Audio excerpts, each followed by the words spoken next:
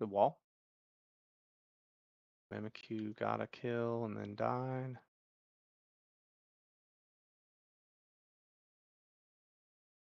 Locked. Good fucking catch.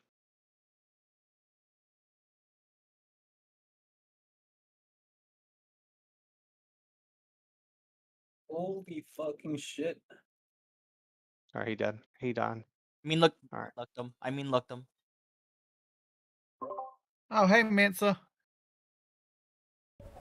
What's up? I mean, greetings, mean looked. I'm watching your YouTube stream. Nice. Since I got about a minute left. Hey, so some of Alright. y'all, you know what? I'll host to It's over. We won. Whew. That was a stressful Garchomp game. Too many people were able to stay away from me. So, The sword was definitely their MVP in my opinion. so in But looking at it, a bunch of like naval and maritime stuff, I always wonder what they meant. They're like 31 degrees, 1 minute north, and I never knew what that meant. Apparently, that's a fraction of a degree. Yeah, and then talking about Navy and whatnot, you know why the GG's. know why I'm the- gonna hop down. do you know why Yep. the Norwegian GG. Navy puts barcodes on their ships? So they can Scandinavian. That's right. Anyone playing? No, we're watching the Defender Positioning and Engagements Pokemon Unite class. I think they're playing in VC3. Yeah, if you're Oh, if you're playing, go to another VC, please. Thank you. Don't tell me what to do. You're not my real boss. I'm here for that hot cocoa. Yeah, let's get that hot cocoa going. Yeah. I did subscribe to Coco's YouTube channel, so other people, if you I have appreciate YouTube it. channels, pop them in. Get My them little subs hot in. cocoa. You're the Okay, one. you know what?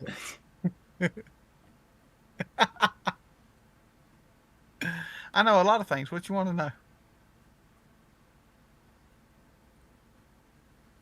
I don't know him either, but I do know his brother who. I'm a mute. So I just found out we live in the only solar system.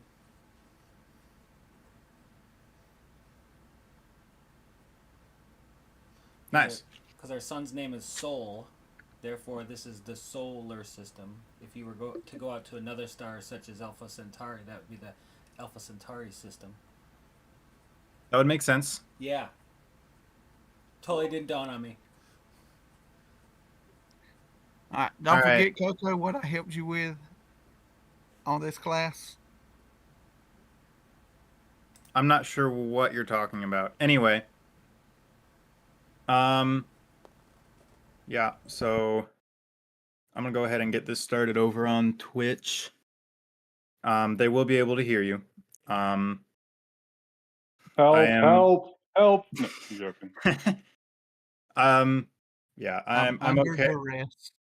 So for the sake of making this easy and contained, I'm gonna ask that unless you have a question, you're gonna stay muted. If that's okay with everybody. Actually, I'm not asking if that's okay with everybody. I'm just gonna say that. If you don't have a question, please stay muted. I would really appreciate that.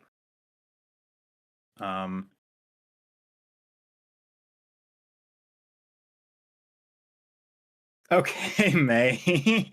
I saw that.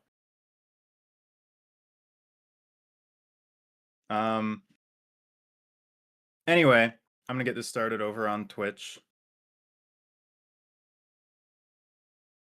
All right, let's get this going. I just realized I completely forgot to change all of my stream information. And so I need to change all of it because we are not doing any games. Actually, we might be playing one game, but we're doing something completely different. Hold on.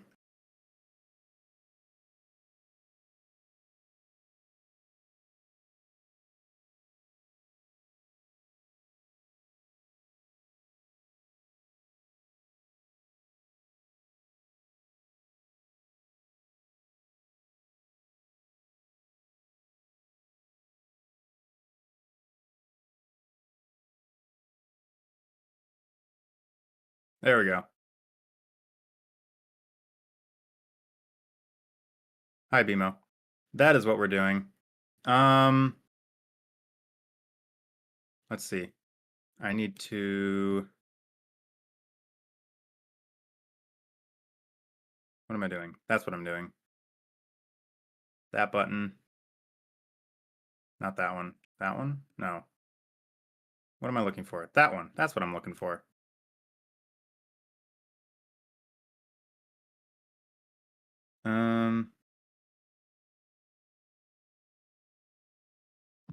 Turning you off. I'm turning you off. Yeah, I'm turning most of you off. There we go. FYI, my mic is muted, not my profile.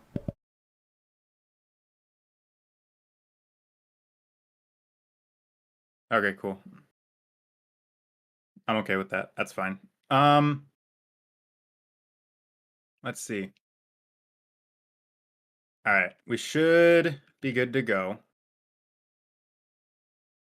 Okay. Yeah. This is what we're working on today. For all 2 of you who are going to end up watching me live. I am teaching a class over on the StrawHat Grand Fleet Discord server on defender positioning and engagements. So we're going to see how that goes. I'm going to share my screen here real quick. There you go. So now both sides are seeing everything. In theory, you guys should see my laser pointer here, right?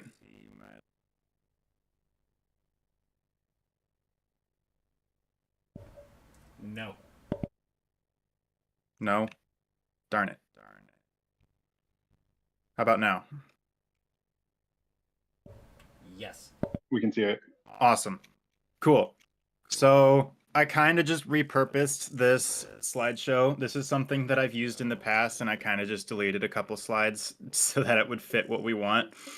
So I'm gonna try and breeze through this. This is recycled. So we'll see how this goes. This is defender positioning and engagements. We'll be using.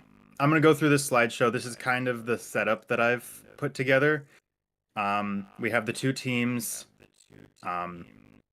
On the,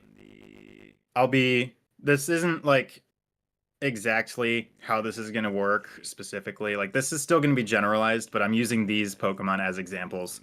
To start out, we have our bot lane right at like 9 minutes. This is kind of where you would want to be setting up. At least to start, just trying to make sure you get these bunnies here, trying to be as aggressive as possible, making sure you can stun the Slowbro. That's the big thing. Since Crustle is here, you would have your Rock Slide available to stun the Slowbro out of Water Gun. You can do the same thing with a lot of different defenders. You can do that with Snorlax Tackle. You can do that with Lapras Ice Shard. It's just a very handy tool in the kit of most defenders to have early. Is that little stun to stun their secure Pokemon out of their secure. And you can definitely position yourself aggressively. I could push forward this way so that I can stun him from here. Or if I have the range, which in this case I do, I can just stun him from over here. But in the case of something like a Snorlax, I could definitely position myself right around here, where I can be hitting the bunny and the Slowbro at the same time. And then I just push the B button to secure with a boosted. But that's besides the point. Moving on to here, assuming we took both bunnies, we're pushing them back. We have more experience than them. I would want to push forward this way. And I wouldn't want to go around this way because that leaves my Delphox vulnerable. Instead, I would want to push forward this way, taking the brunt of the Slowbro and the Gardevoir's attacks. Because I am the tank, right? I'm trying to tank all the damage here. Plus, in the case of an early gank, he would be coming from this way, because unless it's late enough to where the Baltoy are up, then he might be coming from here. But either way, it's not here or here. And so being right here is definitely the best option in terms of protecting my carry. And that's going to be the big goal when you're playing a defender, is protect your carry. You're not trying to deal damage. You're not trying to be aggressive. You're trying to protect your team. And I'll go deeper into that later as well. So probably over here, a little higher up is another good place to be, but probably right here is your optimal location depending on what you're seeing on the enemy side. In this particular case, you're pushing them back. Now, if they had their Gardevoir down here, you'd want to be closer to here, to the corner of this wall where you can go around and protect if you need to. So assuming that were to happen, that would be closer to what you want to do. If the Gardevoir were here, you could back up just a little bit, still staying close to the center of the lane. But regardless, you're putting yourself between your team and your enemy, whether that's the defender or the carry, because either way, they can do some damage to your carry, because they are pretty squishy. Unlike you. Welcome in, guys.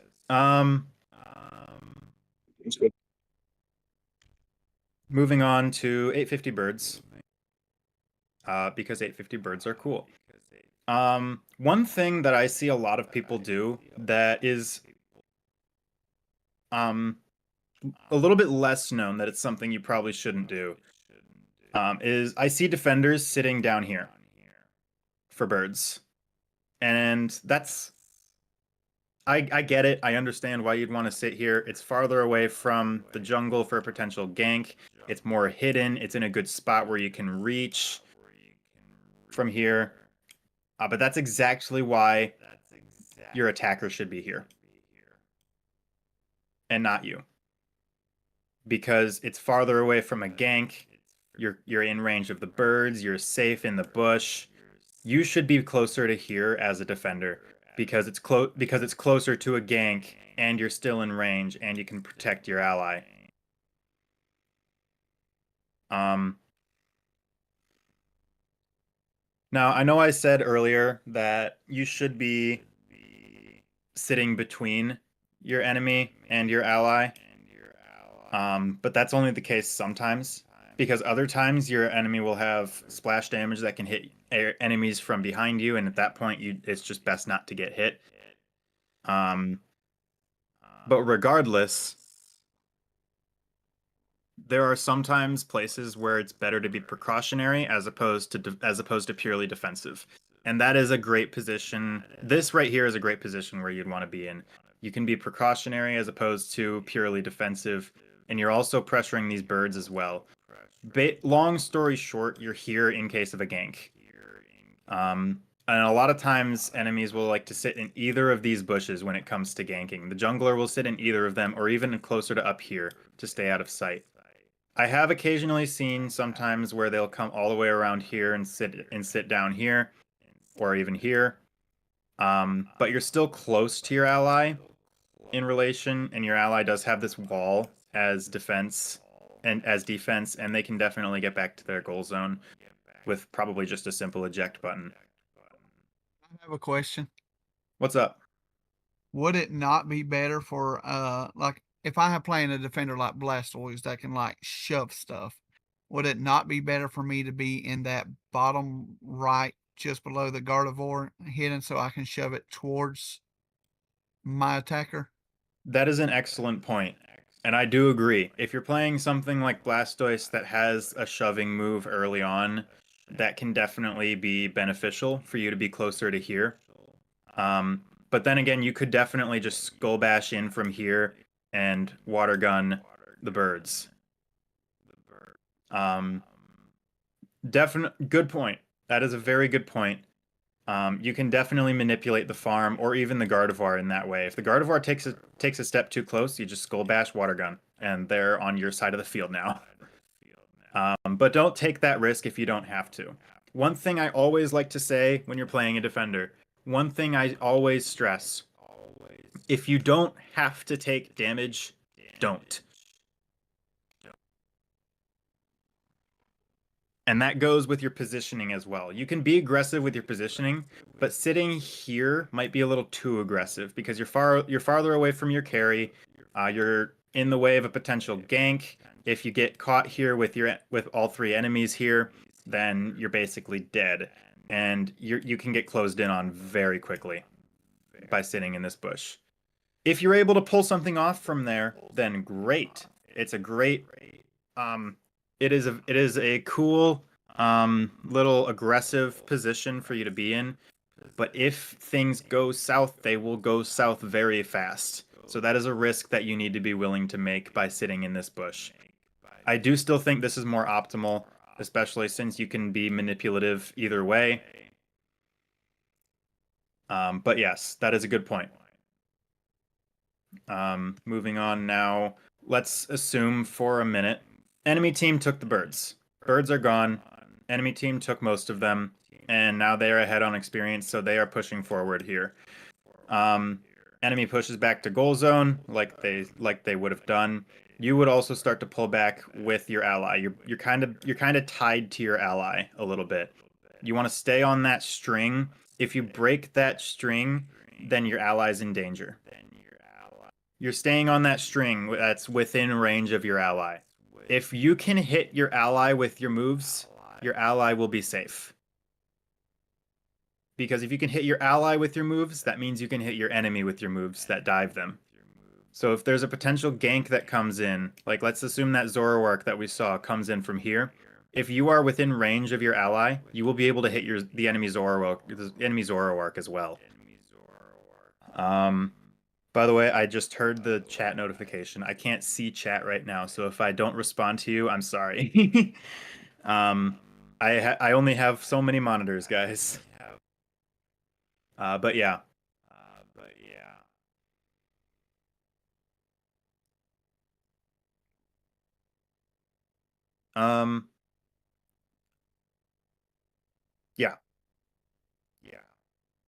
Yeah.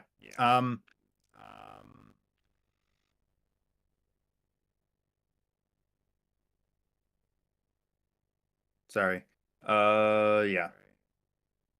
I lost it. I lost where I was. My bad, guys. No, it's all good. Hey, you were saying if your teammate is in the range of Yes. your move, then you Yes. can stop the gank. Yes. And that is the case in most scenarios.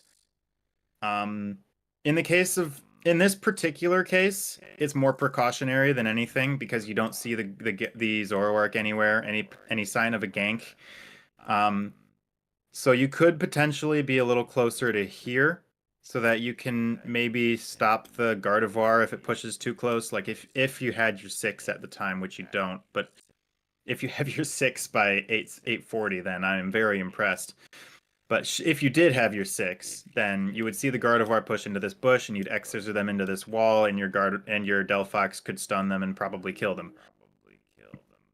Or you can be in range of a Rock Tomb, just kind of block them off here, and your ally can probably kill them. Same difference. But regardless, being able to position yourself to where you can be defensive or aggressive at any given moment is definitely a plus. Being aggressive can mean setting up the Rock Tomb, or it can mean pushing forward to launch a Fury Cutter, or it can mean being able to push the Zoroark if it were here. Secondary question from Nee. What's up? Would you say that to some degree, the aggressive versus defensive play style also kind of depends on which defender you're playing? It can. I think there's an aspect of both that can go into playing any defender for the most part. Like, I'm going to take Goodra, for example. I normally don't play Goodra. I really don't like playing Goodra. It's not a Pokemon that I like in general, design-wise. But I think it's a good example for this type of question. Because Goodra, that's the one I'm talking about. Goodra really likes to play aggressive, hyper-aggressive, making enemies fight it. But I think there's also an aspect of trying to make sure that it can be protective as well. Gudra doesn't usually play very protective. The way that Gudra protects its allies is by making them fight itself. It doesn't really have much else to it, but I think you can definitely position yourself in a way where if you can reach your ally with your acid spray or with your power whip, then you can definitely drag enemies off of them or allow your ally to escape while you have those gooey slows stopping them. So I think you can definitely position yourself defensively even with an aggressive defender. I would agree. Yes, if you're playing Gudra, you might want to be closer to here because you don't see the Zoroark, and you can try and hit this Gardevoir. But regardless, you still have that option because even if you're sitting here, you're still just a step away from being in range because you're sitting here. You're just a step away from being in range for the most part. But yeah, being aggressive, you could attack the Zoroark. If they do decide to gank, you could throw the wall. You could push forward and throw a Fury Cutter in case the Gardevoir decided to come in. Or playing defensively, just being in range of the Delphox, trying to make sure a potential Zoroark doesn't come in and eliminate your ally. Because you can be in range of that. You can try and help out if you can.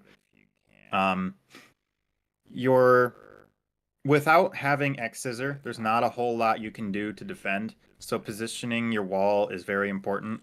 I know this isn't a Crustle class, but I thought I'd throw that out. There are some defenders where your early mid game is very weak. And that includes Crustle, that includes Wartortle, what else? Snorlax to a degree, I suppose. Lapras is another good one. There are some Pokemon where your early mid game is not as strong as you'd want it to be, and so you have to get creative with the tools that you have. Learn what they do, learn how they function, learn how to push them to their limits. Hit more than one enemy with your Ice Shard, with your Lapras Ice Shard. Split your ally and your enemy with your Rock Tomb. Position it just right so that you can make that move. Use your Slack Off to dodge damage as Slowbro.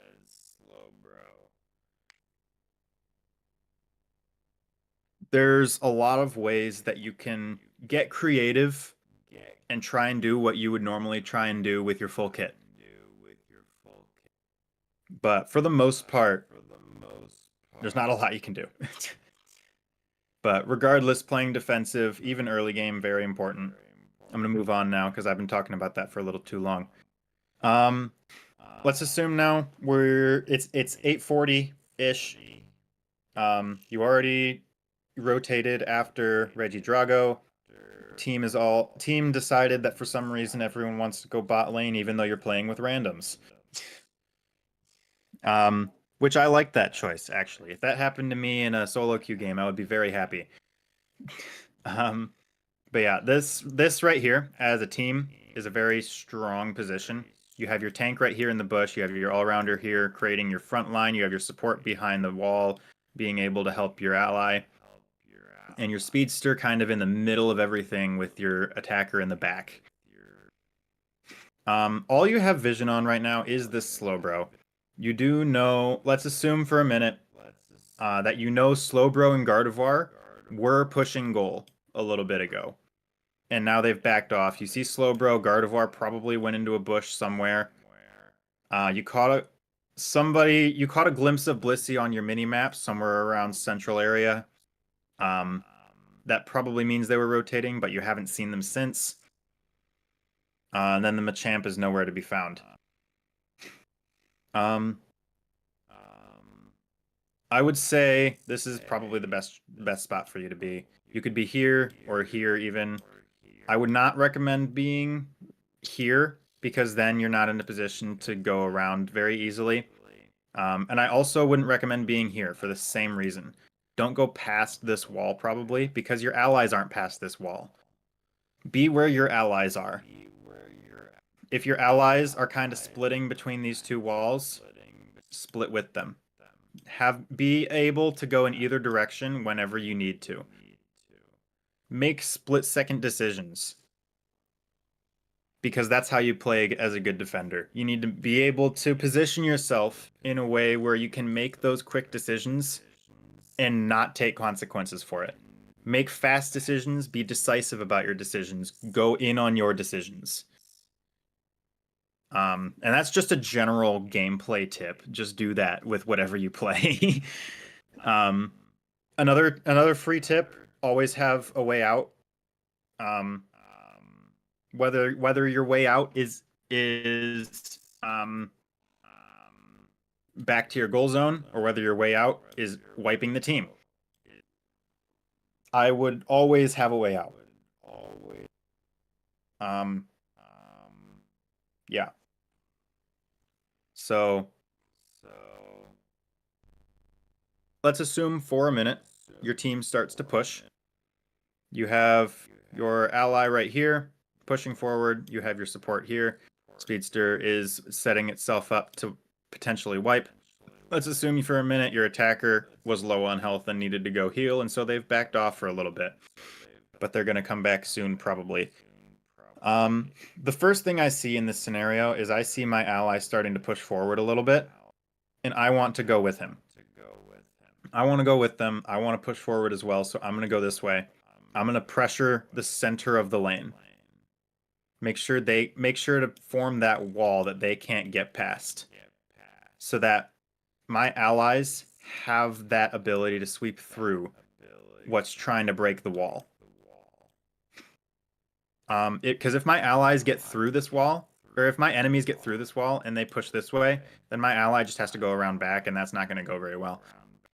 The flank will almost always be better than the backstab. Almost always. No, that's not always. There are some scenarios where it can be set up that way. I can't really think of anything off the top of my head. I'm not a carry player. I can play carries, but I'm not a carry player. I don't really know all of that right away.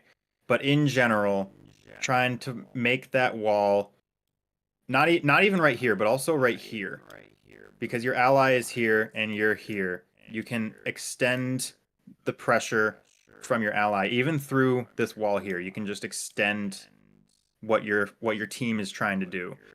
And your entire team as a whole can be pressuring this whole space, as opposed to just here.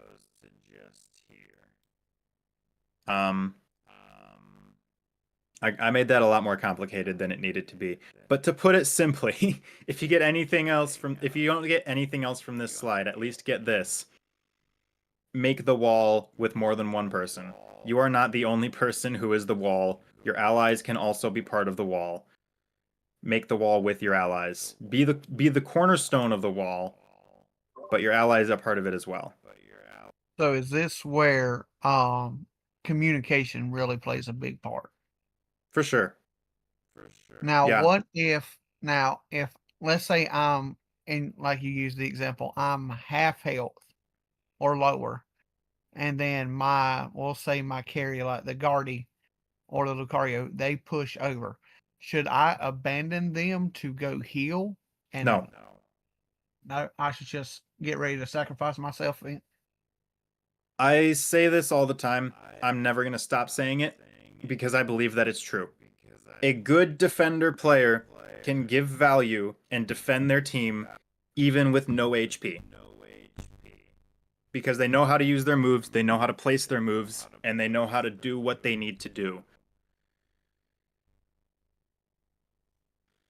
And they know how to stay out of range until they need to be in range.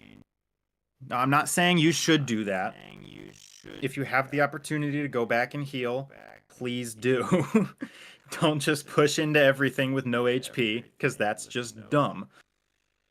But if you're in a scenario where you don't have any health, but you still need to be there. Like if you're in a position where you have to be there to help your team or your team's not going to make it out, then try and stay as long as you can. And I say this as well all the time, and I'll keep saying it. I won't stop saying it. If it comes down to you or your team will get out or you'll die trying. You are the defender. You are the cornerstone. You are the most selfless player on that field.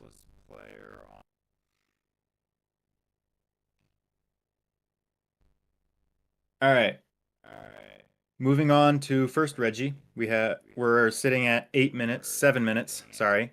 7 minutes for first Reggie. Your support decides to come out and check this bush here, which is a smart play. They don't see anything here. You don't know if there's anybody in here or in here. You probably assume the Zoroark is somewhere. Maybe the Slowbro could be in this bush here. But definitely being right here is a good spot to be. Maybe even throwing a move to, in this particular case, you could throw a Rock Tomb to check the bush. Or if you're playing something like a Snorlax, you could push forward and heavy slam here, check the bush. Your ally is ready to push right here. You have your attacker coming down this way, maybe ready to do some damage from this way. But as of right now, this is probably not a good time to engage. You're in a good position here to maybe engage if your team can pull together and do something. But your team right now is not in a good spot to engage. You're kind of forming this defensive spot right here. You have this defensive wall right here where you're able to help really any of your allies really quickly. But your allies are just far enough away to where if you try and push anything, they're out of range. And they can't follow up. If your team can't follow up, don't engage. And that's something I'll always be saying. That's something that I used to struggle with all the time and still do.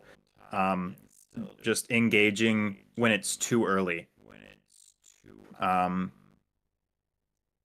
Now, if my Delphox were to come around this way and start hitting this Reggie, they were to come out here, start hitting this Reggie, throw a Fire Spin, not throw a Fire Spin, throw a Fire Blast, that one, right on top of here, to make the Reggie start moving. That is a good opportunity to go check this bush, because now they see the Reggie moving. They assume we're starting to rip, and they have to make a move. We are forcing them to make a decision.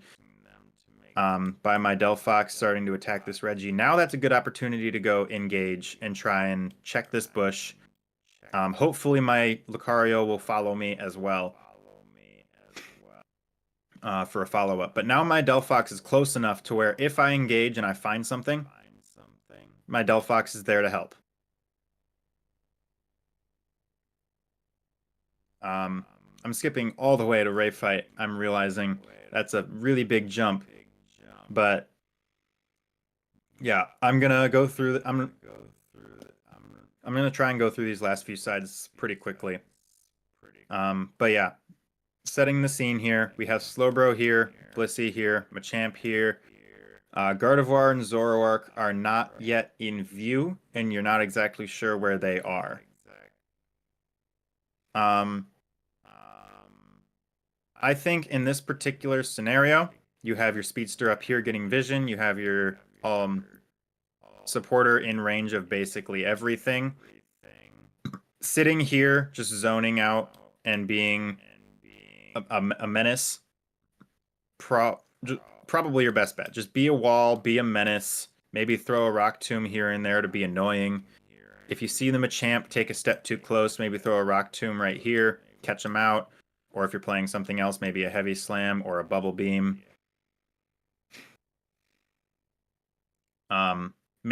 Just scare him, honestly. The second you land a CC move on somebody, they're going to be scared because they don't know if there's going to be a follow-up most of the time. And if there is a follow-up, that'll scare them even more because now they're dead. Um, but yeah. For now, in this particular scenario, holding this position is definitely a good idea. I would not start to engage here because your Delphox is here, yes, but your Speedster is back here. Your Speedster being back here makes things a little difficult for you specifically. In terms of helping the team, this is a good spot for it because it's getting vision all the way over here, which you honestly kind of need because if in terms of a flank, you would be struggling.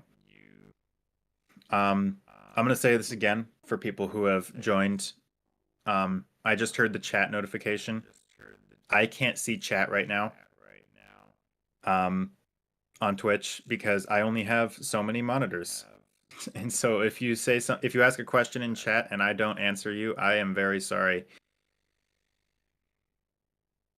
I will try to answer after this slideshow. But regardless, probably not the best time to engage right here because it would be very short notice. Your attacker would be just barely out of range, I think. Your all-rounder probably wasn't ready for that. And even then, they might not be ready. They might not be in range either. Now, if something like this were to happen, where your Zoroark comes into view, enemy Zoroark comes into view over here. Let's assume for a second Delphox threw a Fire Spin over here to potentially block the Zoroark. Speedster pulls back the Scyther because it's scared of a Zoroark. Honestly, I would be too. Supporter pushes itself in a bit more of a defensive position because of the Zoroark, especially since these guys are starting to push here. These guys are starting to pressure you. So you would honestly try and back up close to your attacker, close to your Delphox. You're still making that wall here in line with your Lucario, because your Lucario, as the brawler, is not only a damage dealer, but it's also part of your wall. I said that earlier. The Lucario is not the main part of the wall, obviously. You are the main part of the wall. But as long as you are here, the Lucario is also in the wall. It is part of your front line. It is part of what keeps your back line safe. That includes your supporter too sometimes, depending on what supporter you're playing and depending on what's going on in any given moment. But I think right about here is probably a decent time to engage. If it's getting late in the match and you have to make something happen, now is probably a good time to force something. But if you don't have to force something, I wouldn't yet in this particular scenario. Because you have the Zoroark here. Honestly, trying to force something would be dangerous with the Zoroark here because it can definitely flank you, wipe out your back line.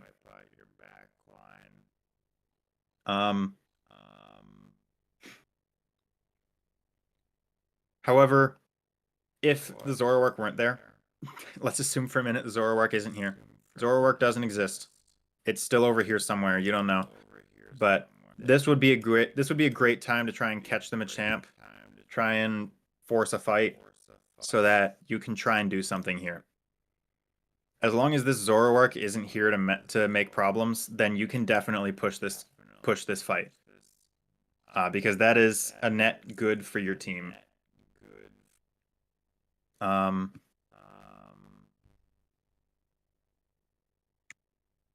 Moving forward, the Zoroark pushes further. Your all-rounder kind of pushes back towards the Zoroark. Your supporter kind of becomes part of this wall. Like I said, the supporter can be the wall as well. The defender supporter core, that's known as your support core. Defenders and supporters are both support Pokemon. That's your support core. They can be a very big wall when they're put together. So in this particular scenario, ally team is being smart, going to 3v1 this Zoroark, which probably got caught in the Fire Spin, by the way, unless it's smart, which it dodged, in which case it dodged. However, in this particular scenario, we're kind of setting up a spot where we're splitting the team in half. The damage dealers are fighting this Zoroark, and then once they're done, they're going to come support this. And once that happens, we have Gardevoir caught, eject button into Unite, Alcremie Unite on the entire team, probably a Delphox Unite over here, and then everybody just dies because you positioned right.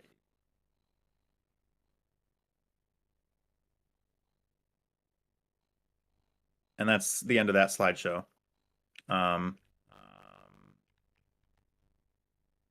Hey, Bimo, are you still in chat? Yes, you are. Can you delete that message and ban that guy?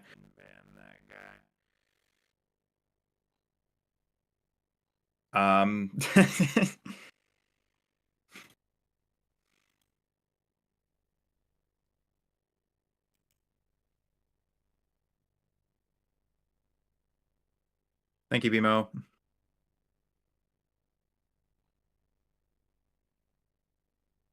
Okay.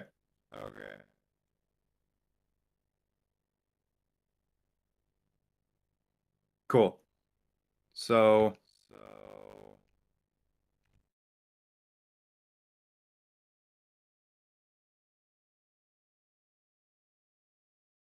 all right.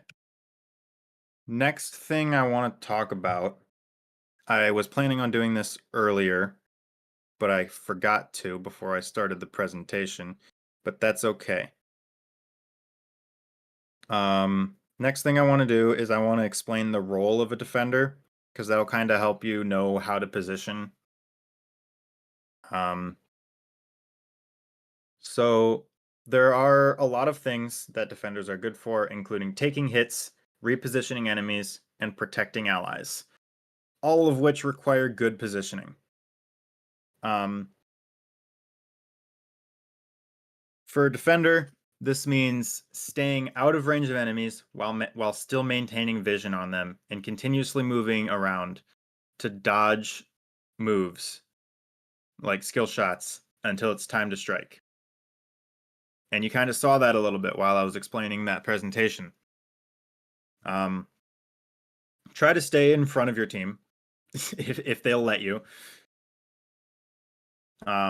Be hovering between your team and your opponents, maybe kind of moving around along that line in case of like a Decidueye snipe or something. But in general, you're going to be trying to provide vision and protect your team. You simply being there in their face pressures them, usually, will pressure them to stay back, at least to start.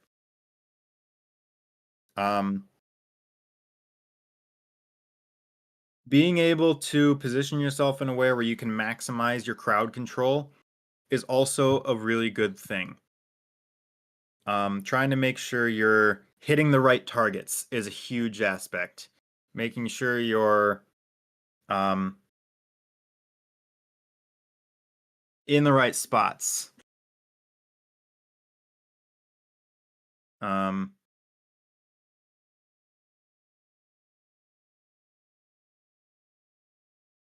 gonna fix this. Hold on.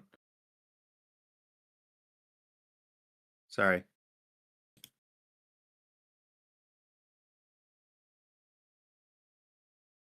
There. All fixed. All better.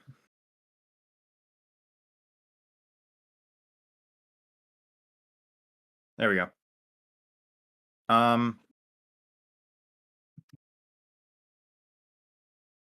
But yeah, just trying to make sure you're in the right place to be able to do everything you can. Moves like Trevenant Hornleech or Slowbro Telekinesis, being able to push or pull whatever into in your different directions, right? Like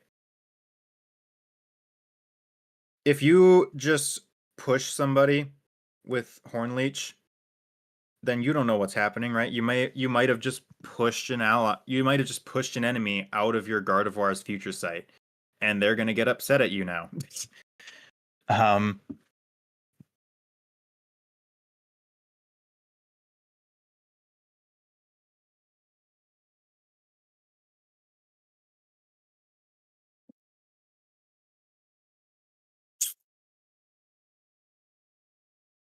But yeah, just trying to make sure you you time things right, and you position things right. a lot of defenders have what's called peel. And that can be pulling opponents away from your allies. It's a very strong ability, especially when it comes to protecting your back line. It can be used in a lot of different scenarios, but especially with your back line, it's a very useful thing to have. But you don't always have to be pushing things away from your team. Sometimes you want to push things towards your team. Like, if your team has an advantage in a fight, you can position yourself to get around your enemy team and maybe catch a corner woodhammer, push your enemies towards your team, and try and just eliminate them using that way of enabling your team. No stream for this? No stream? Well, I'm just talking right now. Copy that. Happy. Another thing I like to do is push people back into a Delphox Unite. I think that's just funny because they're like, yes, I finally got out, and I'm back in, and now I'm dead. But yeah, Delphox Unite does some crazy damage if you're able to get them to stay in. Another thing that is more common to do, but is equally as funny, pushing the entire enemy team back to push Regieleki into a goal zone. One thing you have to be careful of is when Regieleki is pushing your goal zone, you don't want to accidentally push it into your own goal. So that also comes with knowing what your moves do and being able to position them right. I remember one time when I was like first starting the game almost. Well, it was a little later because Gudra came out after I started. But regardless, I was playing Gudra, I was playing Power Whip, I was defending a Regieleki from my goal zone, and I pressed Power Whip because I wasn't thinking, and Regieleki went in. Because Power Whip pulls enemies towards you, and I was sitting on my goal. So that is something to be careful of for sure. Another thing I like to do is if you don't know where you want to push an enemy, look for the nearest wall and push them to the wall. Like, if you don't know, hey, I don't know if I want to push my enemies backwards, I don't know if I want to push my enemies forwards, I kind of just want to make it easier for my team to hit them and not let them hit my team. And so I'm just going to push them to the wall because they're pinned to the wall now. You can't go through the wall. Your enemies can't go through the wall, and you're just there. You're kind of just pinning them there against the wall. It's really funny to do with Snorlax block because you can do it for like 4 seconds. But yeah. Oh yeah, and keep an eye on your enemies, on your allies too. Keep a close eye on your allies. If your allies are doing okay, and your allies are fighting, and they have their moves up and they're ready to do something, ready to follow up, pull your enemies towards them. If your allies are in a little bit of trouble, they just burned all of their moves, maybe they are a little bit low on HP, push them away. And maybe try and disengage as well. Go back to your team, because they need you still. I want to close out this segment of the class. There's still going to be more, but I'm going to close out this segment of it with this paragraph that I have already written down that I'm going to be trying to read. Keyword trying. Most people consider defenders to be heavy brawlers or just a tanky hindrance, when really they're just they are a form of support. Just as much of a support as any supporter is. If you play a defender with this in mind, it should go better for you. Protect your allies and don't let them die. I said this before already, but if you have to choose between you or your ally, let yourself go down. You are the most selfless player on that field, and your allies will never go down, or you'll die trying. And that's something that I will never stop saying. I think it is going to be, I think it's true right now. I think it will stay true. It is a very truth statement. Anyway, I think it's time for a game. What do you guys think? Can we do a little bit of questions first? Questions? Sure. Anybody have anything else, or can I start? Okay, well, I'll jump in. So you were talking about, like, in the early laning phase, basically your role as a defender of trying to basically stop the secure when they're securing Yes. farm on the enemy team. So do you always focus on that, or is there like a certain point in the laning phase where you focus on like trying to chip down their attacker, or you're always just trying to stop the secure on the enemy side? I think there's a time and place for that. Like if there's no farm nearby, but for the most part, if there is farm that you are going to be able, like, think ahead, obviously. Like if you can think ahead and you're not going to be anywhere near that piece of farm in like 2 seconds, don't go for it. But Yeah, if you can think ahead and you can think, "Hey, I think I can take this piece of farm." Take the piece of farm. Farm is extremely valuable. Farm is very important. For both you and for your ally, and for taking it away from your team or from your enemy team. If you can take farm away from your enemy team, that is more valuable than any farm that your ally will ever take. Yeah, no, I think that makes sense. I was asking more of like, should you ever be, so you're like in that specific example, you were talking about stopping the slow bro because that was the secure, but say Yeah, there's no farm up and that Gardevoir's there. Are you trying to like chip on that Gardevoir at all, or are you just kind of letting them do their thing? Like you're gonna still be hanging back. honestly, I think that depends on the scenario. If Okay. you are in a position where you can be pressuring, like if you're playing something with a strong early game, like Mamoswine, then you can definitely start pushing forward, chipping on their attacker, maybe going for a goal if you can. Just playing aggressive like that. Whenever you're playing aggressive, try and chip their attacker and not their defender. I think that's Yeah, kind of where yeah. you're going with that, Butter. But yes, if you are ever in a scenario where you're kind of trying to brawl it out and you're maybe defending a goal zone,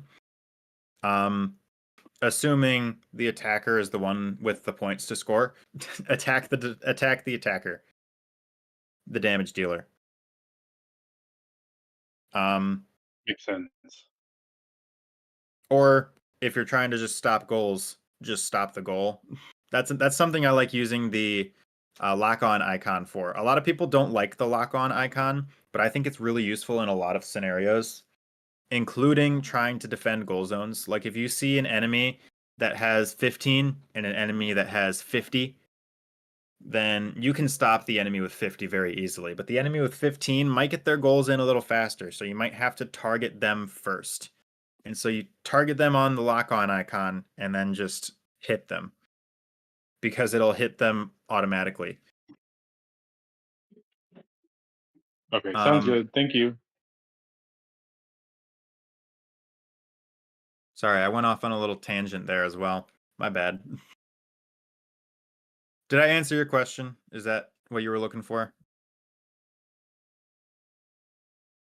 Yeah, no, that was good. Thank you. Okay. Any other questions before we get into a game? So, question. Yeah, go for it. As far as when to be aggressive and when not to be aggressive, would you say that there are certain situations that are immediate, like you just need to back off? Or would that depend on like who you're with and which defender you're playing, kind of like more situational? If you are with one ally, I just thought of this off the top of my head as a random example. If you are with your ally and it's just you and one other ally, just you and an attacker, and you are attempting to push a goal zone, and all of a sudden you see that goal zone has 5 enemies on it. I don't care how stupid your attacker wants to be, just get out of there. Because there's no way both of you are getting out alive, and so just save one of you. Okay, so that goes counterproductive to what you had said earlier about either they get out or I die trying. I mean, yeah, but there's only so much you can do with solo queue randoms. Okay. Like if you notice right away that they see, oh, this is a bad idea, I need to leave. Yeah, probably protect them. But if they're just continually pushing in and they really want that goal, just leave them. Okay. Follow-up question. Is it ever okay to abandon a stupid lane partner? Like if they're just constantly No. being over aggressive and they die more than you can save them, is it okay to just say, hey, I'm going to a different lane? No. And I'll tell you why. Because abandoning your lane partner also means you're abandoning the goal zone. If your lane partner is being stupid and then you leave too, there's nobody to defend. Okay. If I have any more questions, I'll come back with more. Cool. Any other questions before we get into this game?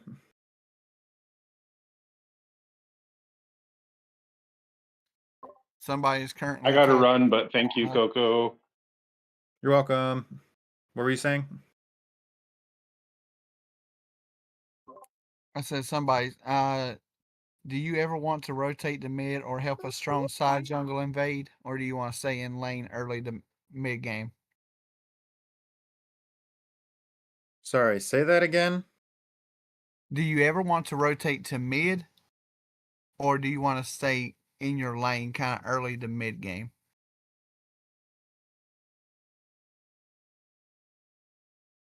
It honestly, that depends on the scenario. I think that does require more communication. So if you're playing in a 5 stack and your team calls for it, then probably is a good option. I will say a lot of pro teams, if they do decide to rotate to any given lane, they'll leave one person in the other lane to take farm and protect the goal zone and just be there. Like I remember at one tournament that I was watching, the casters called Zugrug the steward of the bot lane because he was just there constantly and he was there protecting and he was there defending even when all 4 of his teammates were up at top Reggie. Not at top Reggie, but just pushing top goal early on. Okay. There was another question. I don't know if you can see chat, so I'm just reading the ones I see, just so it gets out there. Yeah. The other was letting them break the bottom or break the pad so that farm spawns on my side would be better than just giving them XP from KOs, right? Yes. Definitely. I say this all the time too. I'm gonna keep saying it. I'm gonna say it again. If you have to decide between you or your goal zone, protect yourself. Back off to the other goal zone. Don't let them give you experience. And if you can stop a bigger goal and force a small overcap, that is even better. But I understand that's not easy to do, and you probably won't be able to do that every time. Right. But either way, letting them break the goal zone not only gives you catch-up experience, like you said, but it also protects you. Doesn't give them experience from a KO. Okay. So far that's the only questions I've seen in chat. I just want to make sure they got answered. All right, sweet. I'm going to play a game now.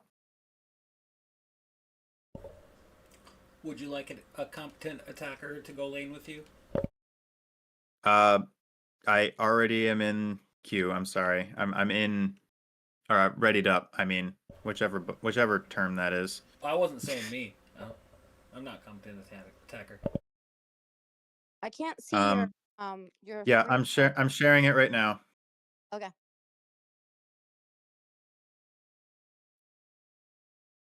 Can you guys see it? Yes, thank you. All right. My team is getting greedy. I was hoping for a draft game, honestly.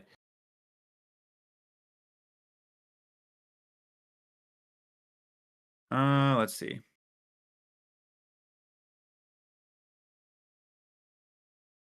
With this particular team comp, I think I want more of a supportive defender.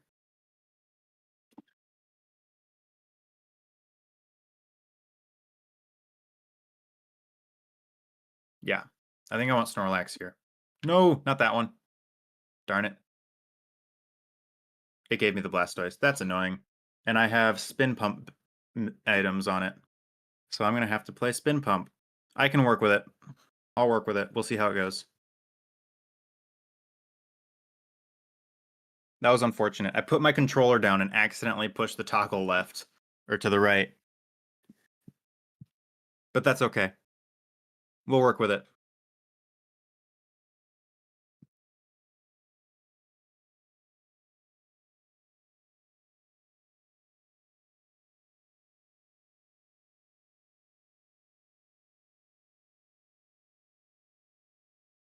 You gotta be kidding me.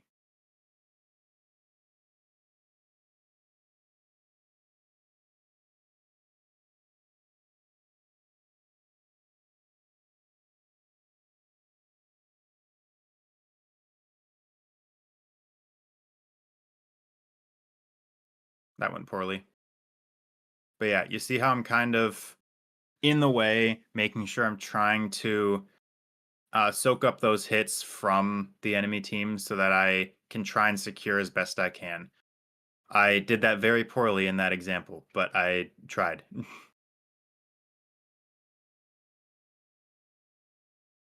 Annoying. Yay. There's not much I can do right now except be annoying because I don't have any support. Which means I would normally go for that contested farm, but I really don't want to right now because I can't. One thing I can do, though, is push that, and my team doesn't want to do anything with it. That's okay.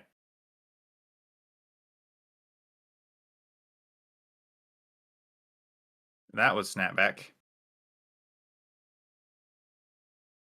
But yeah, notice how I was able to position myself to hit both of them with my boosted attack, and so I slowed both of them, letting both me and my Zeraora get out alive. And that was all because I was able to position myself in that particular way. We have this contested coming up in about 5 seconds.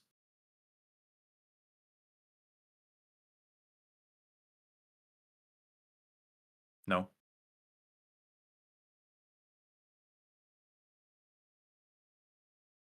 Yes, Score Shield.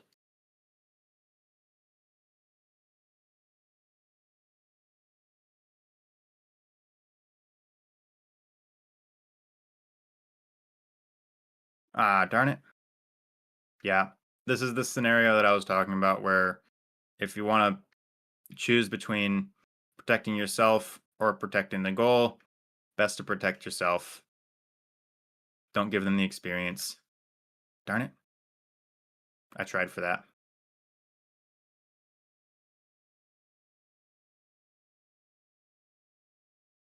Ow.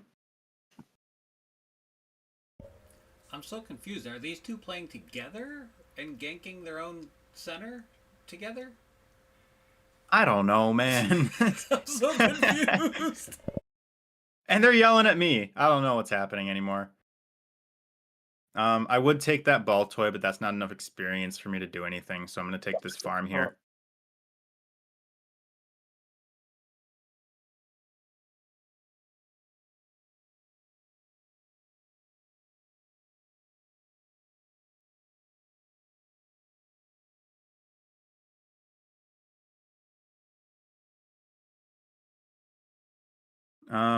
If we still had tier 1 up, I would leave this alone, but since they broke tier 1 and we have tier 2, I made a mistake there. That's okay. That was on me. That was my bad. Don't be like me, guys. Don't make stupid mistakes that let Regieleki go in. It's alright. We didn't see what you were doing. It's kind of glitching.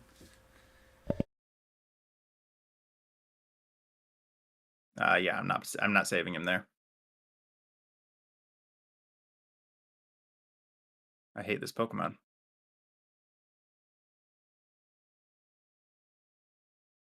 I am level 6.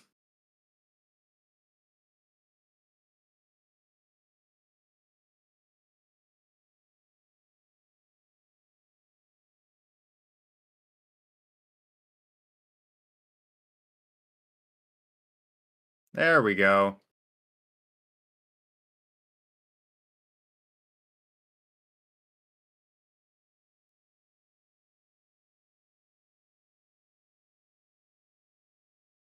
In that particular case, my positioning was just trying to be annoying, make sure I wasn't getting hit. And there's not a whole lot I can do when it comes to Whirlpool.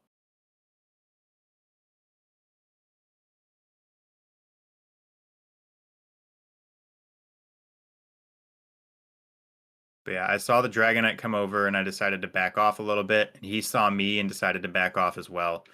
I'm seeing right here, I kind of just want to be here. And then I can jump in, hit that, hit that. Ah, I wanted the Unite move there. I would have gotten the Dragonite.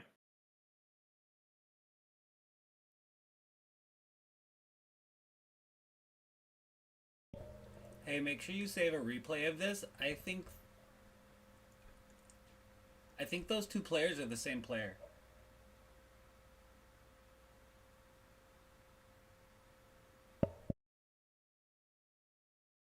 That would be weird. How are they the same player? I've seen it before. I saw 3 characters all running very similar move sets, but they were literally just like they'd run around and like hit walls so they could group on top of each other. Wow.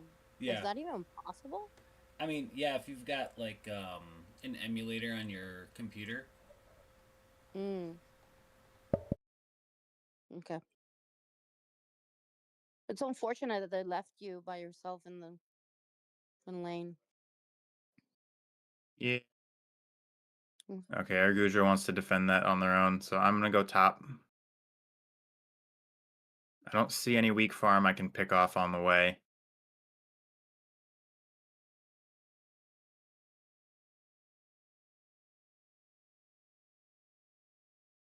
Well. And your Zera is just barely moving enough to not get, yeah. He is the void. Yeah, just hopefully y'all surrender because it's silly at this point.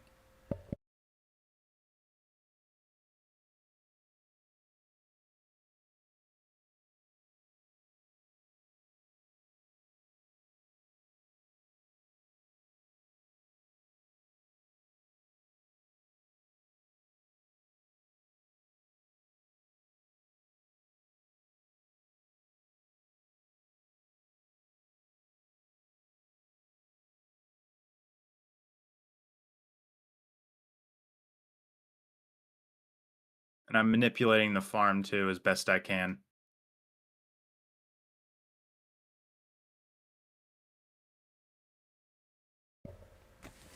Yeah, so just like in You're the class annoying. said, when in doubt, hit them up against the wall, and there goes their carry. Yep. I really want to. I'm tempted. Just do it. Just do it. Just do it? Yeah, just okay. I mean, you've already got 2 people on your team that gave up, so.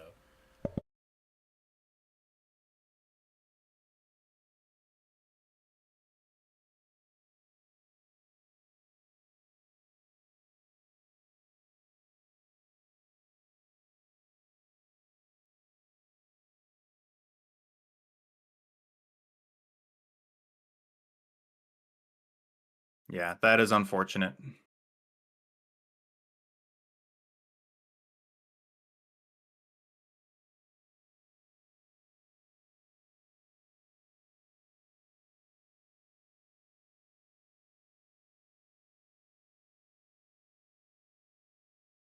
Imagine getting out damaged by a defender. Couldn't be me. Anyway, now we're gonna see what happens with a good game. Well, let's try that again.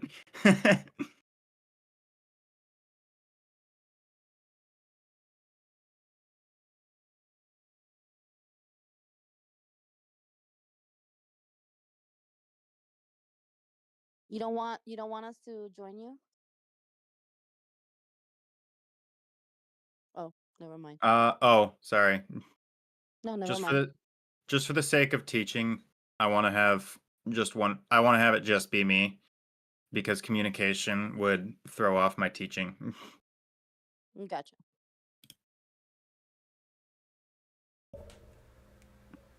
He's a good businessman. He just wants a silent partner.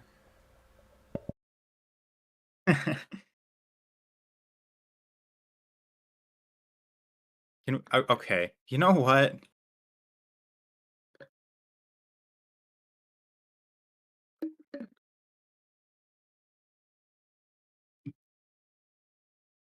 There's our draft game.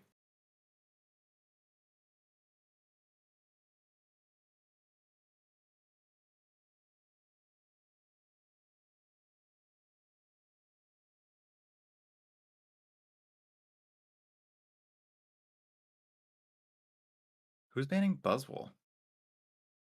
Okay. I'm okay with these bans.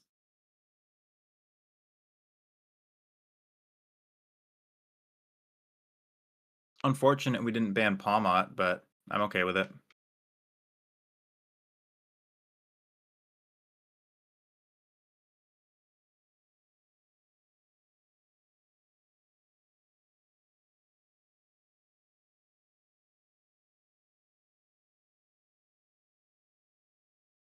I'm going to try and pick Trevenant if I can, because I think in terms of positioning, Trevenant is one of the most important to have good positioning for.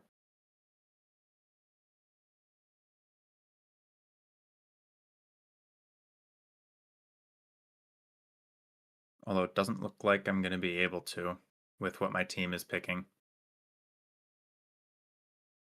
Although enemy team is also picking a lot of late game Pokemon, so I don't know.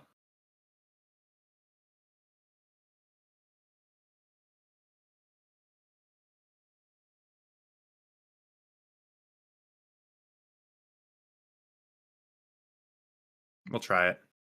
See how it goes. And there's the A9.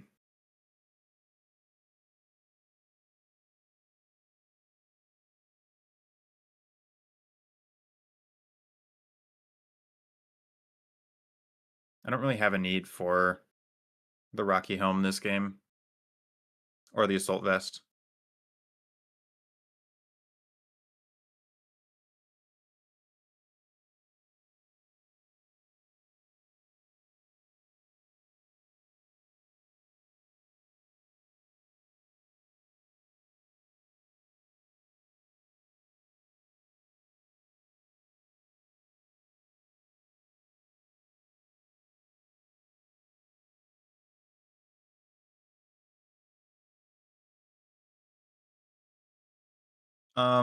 I see a question in Discord that says best defenders / builds to carry in solo queue.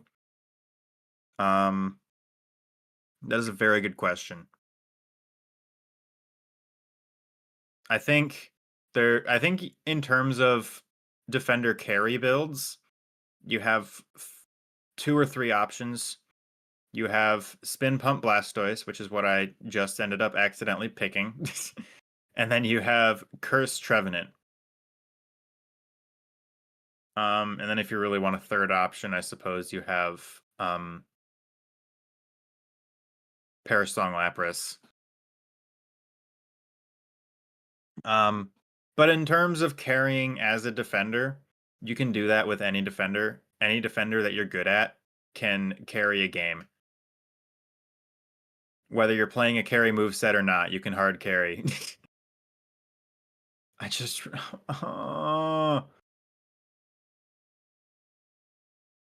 Why didn't you pick a lane? That's fine. Missed it.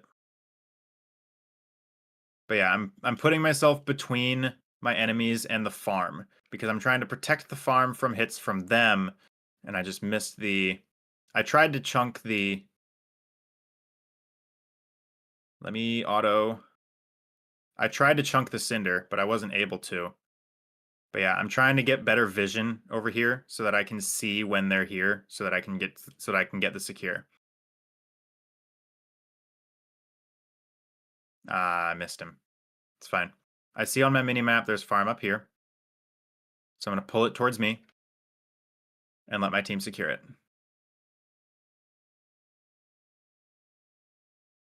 We got birds right here. I'm going to try to secure whatever I can.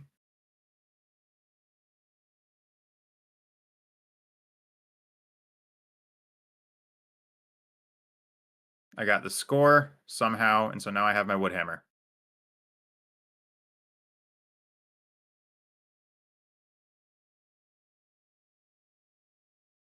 I can score again, so why not? I tried to position myself right there in a way that if I was able to catch him with my wood hammer before he went into the goal zone, I could, but my wood hammer didn't come up in time, and so I wasn't able to.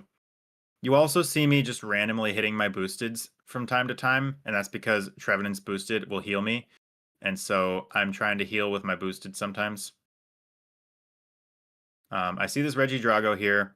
I'm ready to come over and hit the Regidrago if I need to, but I also see that enemy has stayed in their lane. And so I'm going to chill here for a second. My team backed off, and so I'm going to back off as well. I see 4 enemies, so I'm not going to save my ally here.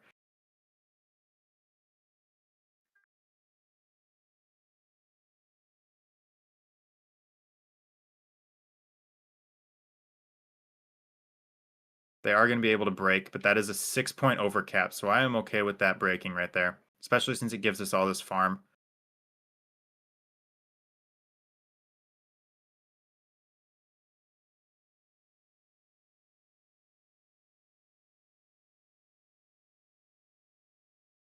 I should not have come back. I didn't realize that my team wanted to be on their own. Sorry, guys.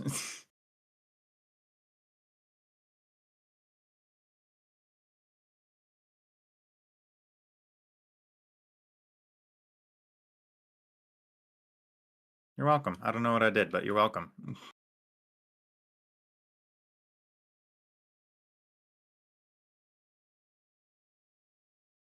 I am going to try and defend this because it's tier 2. I am Trevenant, which means I have very good defensive power.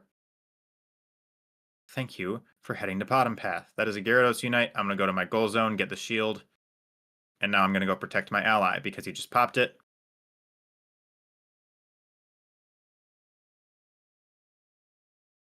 My ally right there was close enough to him that I was able to push him away. Now I'm going to try and go towards their jungle, do what I can to push them out of their goal zone and keep them out of their goal zone.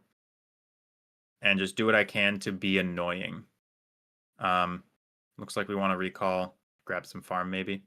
They're heading back for some reason.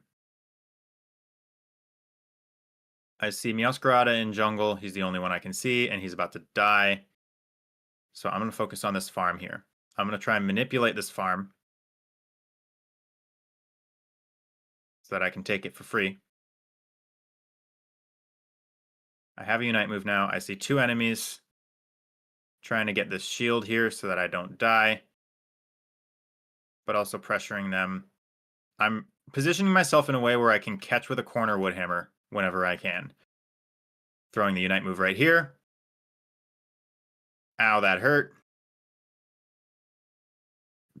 I noticed that I was about to die, so I wanted to do whatever the heck I could in a moment's notice there. So I saw that my wood hammer was on cooldown for too long, and my horn leech was just about to come back. So I threw my horn leech as a last ditch effort because I knew I was about to die anyway. And I tried to do something with it by maybe stunning something that was low on health. As you saw, I was unfortunately unable to get that to happen, but the effort was there. I see an objective bot and I see an objective top. I see my allies are kind of getting that for free, and I also see the Unite move from the Hoopa coming out, and so I can go down there right now. Pushing that away from my enemies. And I'm dead. But I kind of did a little bit of work there.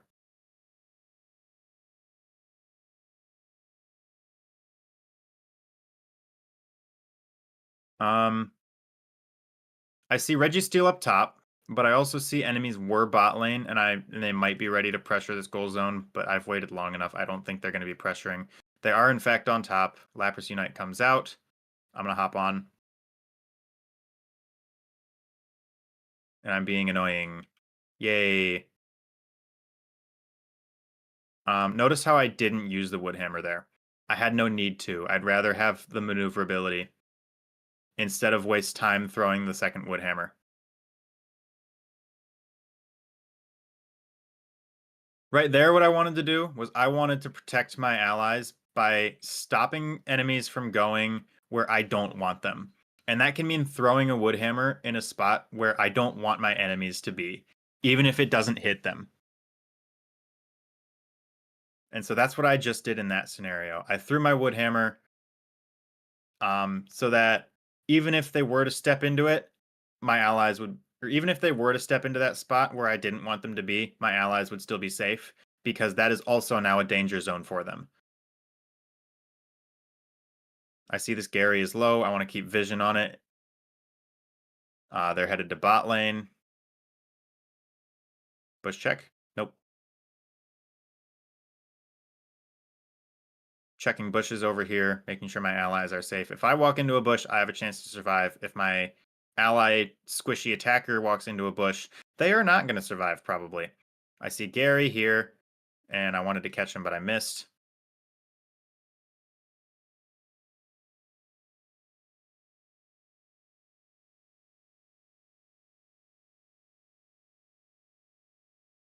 That was a poor Unite move. It was also poor timing for the Unite move, but it secured a kill, so it got some value at least.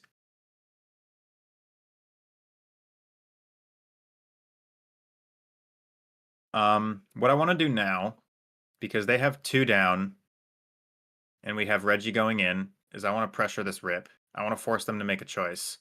So I'm going to start hitting this Groudon.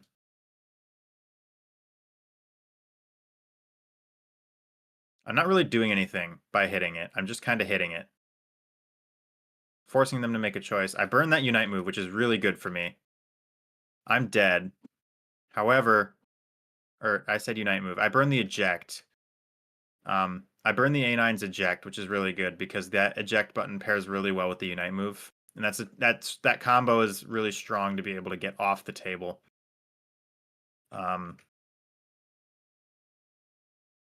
I see my enemies secured Groudon, so now I'm going to pull back.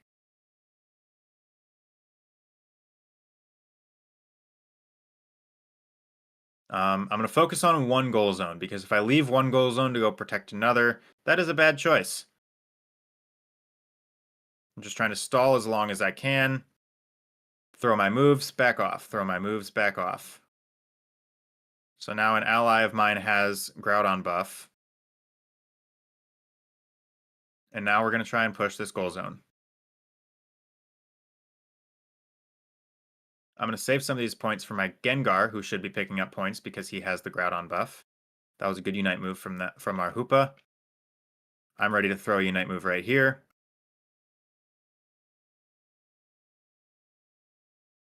Nice. We have a chance still. Lapras got the goal up top. I'm just trying to stop whatever I can here. They don't have enough time to push anymore. So I'm just trying to do what I can to be annoying. 10 seconds left in the game. They don't have time to go score a goal. And so I think we win. I think we do.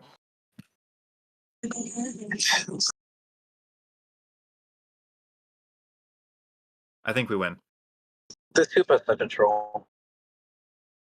He had a couple good plays, but for the most part, he kind of seemed like he was learning Hoopa. I also had no Unite at Ray, but it's fine. No, you would have won if you didn't score. Like, he just let him score. You would have won. It was like Gyarados 30. with the win. I saw somebody in Discord said as an answer to carry defenders, Scald Bro. That is extremely false. That could not be any more false. Scald Bro is utility, not damage. It has burn and slow, and that is all it needs. It does not need more damage. You can't rely on dealing damage with it. It's not a reliable tool. Plus, if you're able to deal damage with it, you're using it on Pokemon that are squishy enough to where they're mages. They're special attack damage Pokemon. You're not cutting anything from them. You want to be using it against Brawl so that you're cutting in the attack of a lot of Brawl focused attack damage carries. But yeah, that's a little side tangent. Sorry.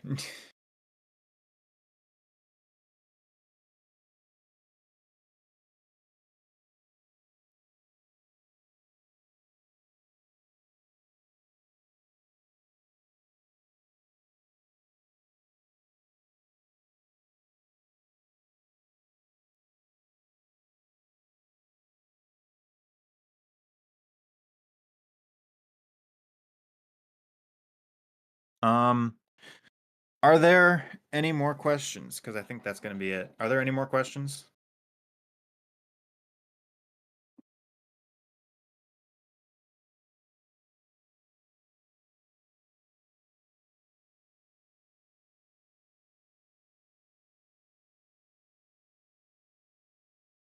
I got plenty of time. I can answer questions for the next half hour if we need to. Ask some questions. Questions. Questions.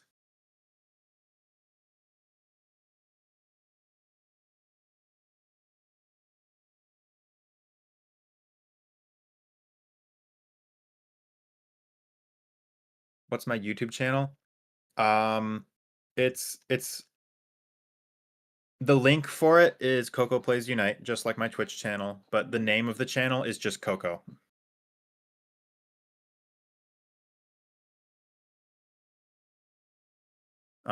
It's also linked in my Twitch description, and it's linked in the connections in my Discord profile.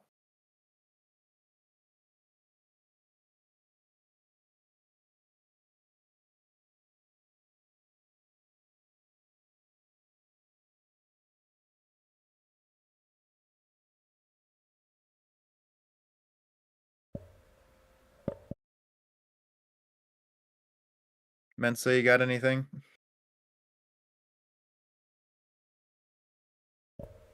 No, I just wondered if you can see the Discord chat now. Yeah, I can. Okay. In the late game, what's the primary goal? Staying close to your carry, vision, or something else? I think it's all of the above.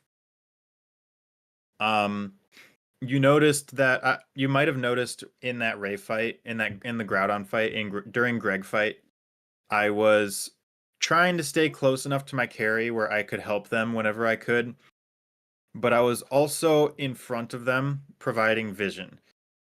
When we say that we're giving vision, we're not just giving any vision we can. We're giving important vision.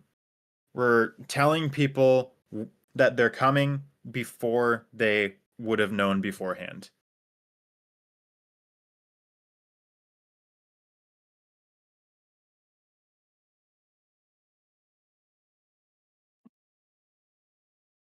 Another way of giving good vision is knowing how many people are attacking a particular objective. But that's something different entirely.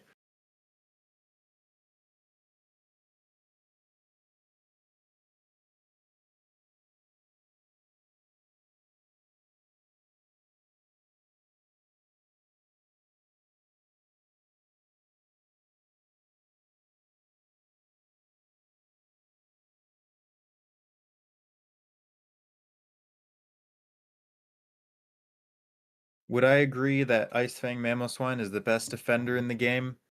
I would not. I think the best defender in the game right now is probably Lapras. I'm going to be completely honest. Ooh, I would disagree. I would say Snorlax. Snorlax is a very close second. Lapras is a really good all-rounder right now, but I wouldn't say he's a good defender. I think you're not playing Lapras right then. I don't know. It just doesn't. It doesn't stun as much as other defenders, and it doesn't have as much sustain as other defenders. It's kind of like in an odd middle. Lapras falls into a category that I like to call almost true defenders. I think it can be played as a really strong defender. It just doesn't have as high of a ceiling in that regard as something like a Snorlax, for example. But in terms of flat, just how good is it? I think Lapras is probably the strongest defender right now. Snorlax is a close second, and Mamoswine I think is third probably. Crustle is up there. I think Slowbro is situational, but in its given situations, it is very strong. Yeah, it's funny. At Worlds, I only saw I saw either Slowbro or Blastoise, and if those two weren't taken, then they would kind of pick something else. But Spin Pump, I mean, there were Spin Pumps everywhere. Yeah. Just like the Snorlax is just soaking up damages and being able to wall everybody off. It was.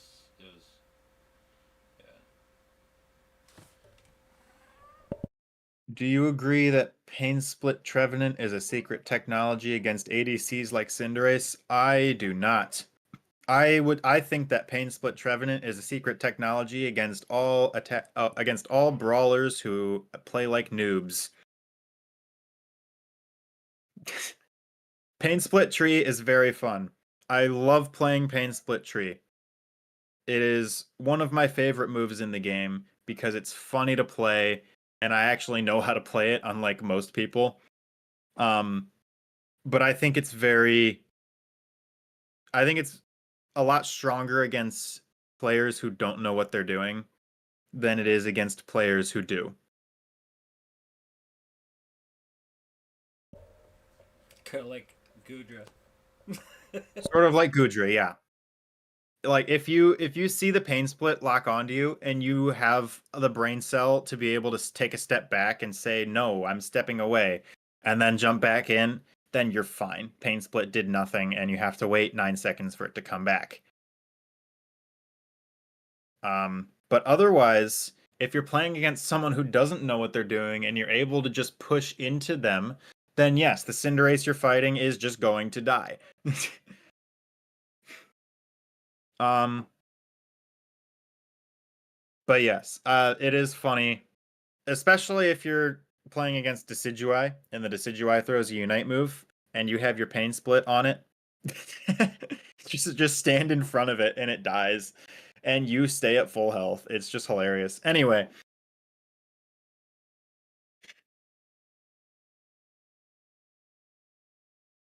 But yeah, Hornleech is just a lot more valuable. It's not that Pain Split is a bad move. It's just Hornleech is better. And not just a little better. It is so much better of a move. What's my highest win rate defender? That is a good question.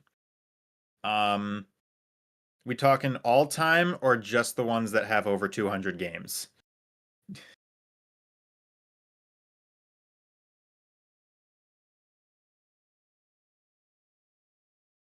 All time. We got Crustle at 53. We got Gudra at 58. Lapras at 58.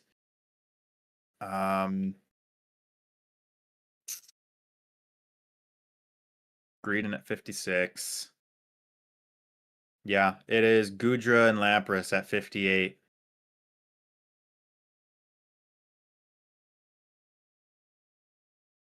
I haven't played Gudra in a long time though. I played Gudra in those veteran lobbies when I was younger.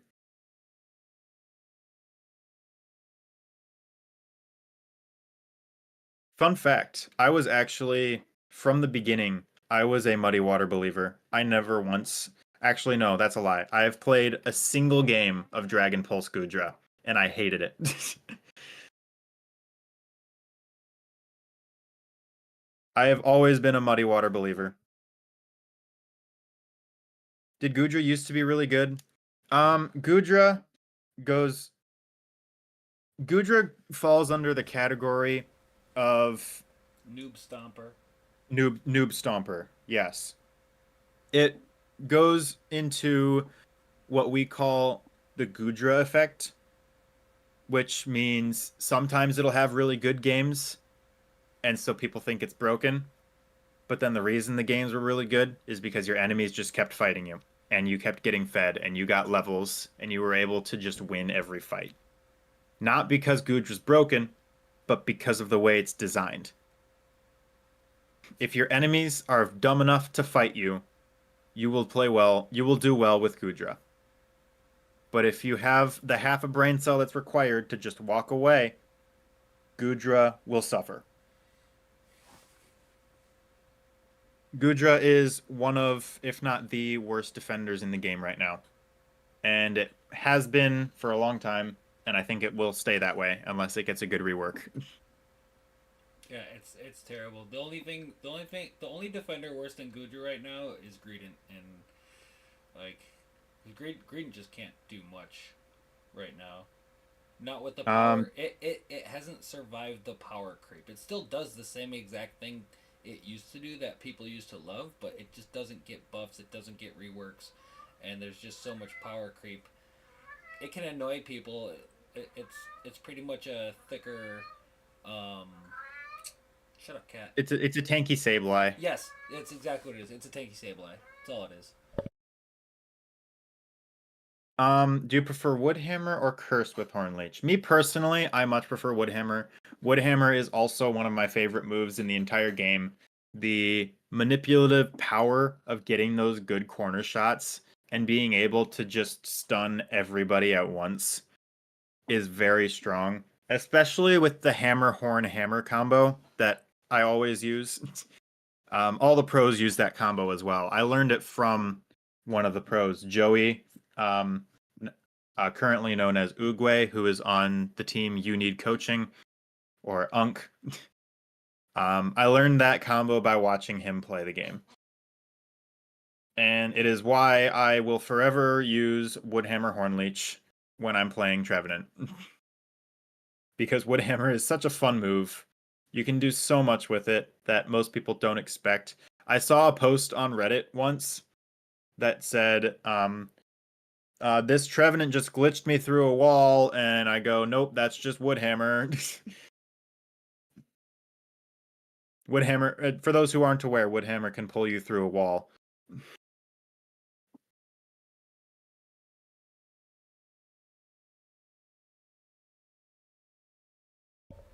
I like grabbing people with Mamoswine from across walls and bringing them over to my Yes! A lot of people don't know Ice Fang can reach through the wall. I usually, like, when I'm cutting through, like, say we're rotating from bottom to top lane, I'll just take a peek and see if the buffs are there, and if they're there, I'll just, like, reach over the wall and grab it so I can, like, take it out while I'm maneuvering, pull it out, because I like playing Ice Fang with high horsepower. So I'll pull it out and then I'll push it up as I'm like rotating. Yeah, I still like Earthquake. Yeah, I mean, I know Earthquake's the smarter move to pick, but man, it's just so fun grabbing somebody, flipping them over, and then pushing them back into your team so they can jump them.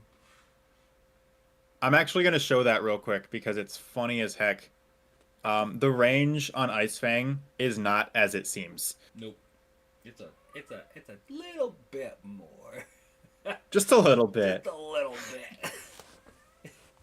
It is deceptively far. Yes, it is. And it's just a little bit strong. Oh yeah. Yeah, Ice Fang is why Mamoswine is probably the third strongest defender in the game.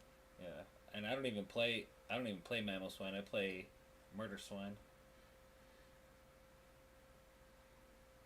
Yeah. So normally you'd be able to just hit your Ice Fang right there, just like normal, right? Yeah, just casual 2,000 damage. No, whatever. Yeah, that's fine. But you can also hit from right here. Yeah, just a little. Just a little.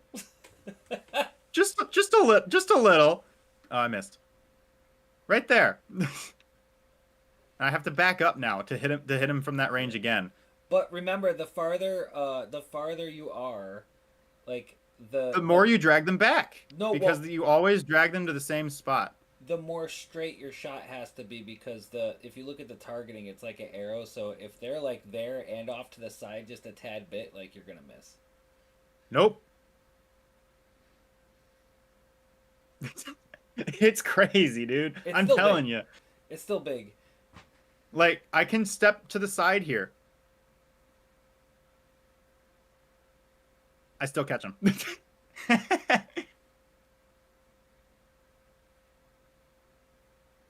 And you can do some weird stuff with it too. Like, you can step here, push him right there.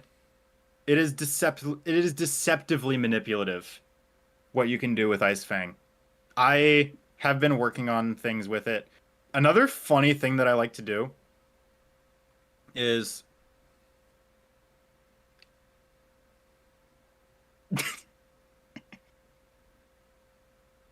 I missed. Hold on. Yeah, that. It is a very difficult tech to get to work. I've been practicing it. I'm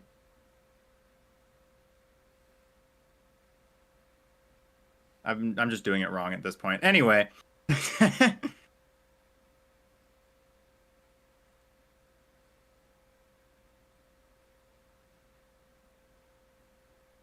Why is it?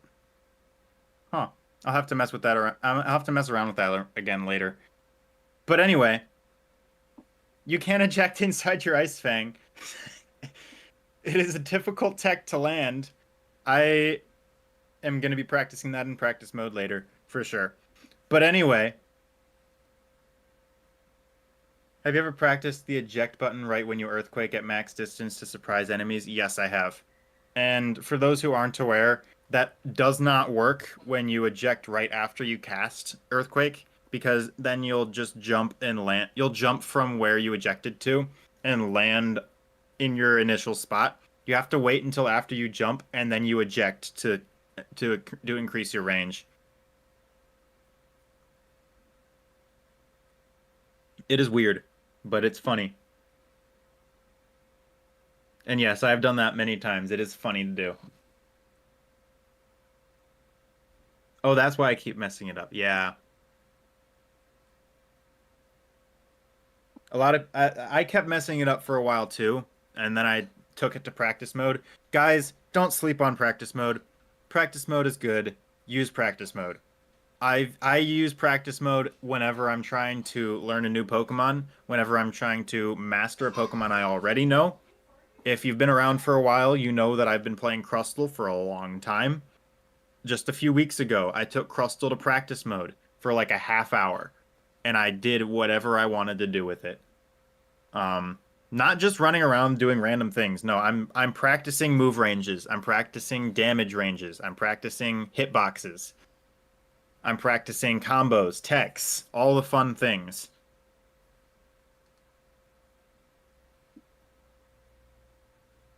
Is anyone here a Greedent enjoyer? I play it occasionally. Greedent and Umbreon being the only two defenders you don't play is probably okay for right now. I will say Umbreon, when it's good enough, is an extremely versatile defender, and it has carried me through more than one bad season of ranked. But yeah, any other questions relating to positioning and engagements?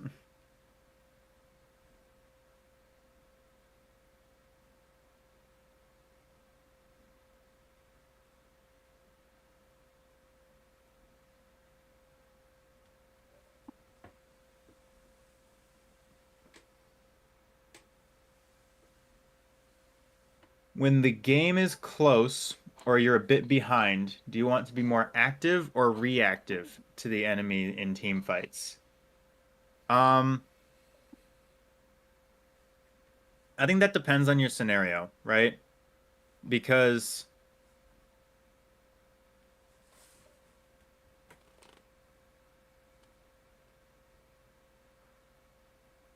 if your entire team is behind you and your entire team is ready to engage, then you can definitely be more active in terms of trying to push team fights and trying to force a fight.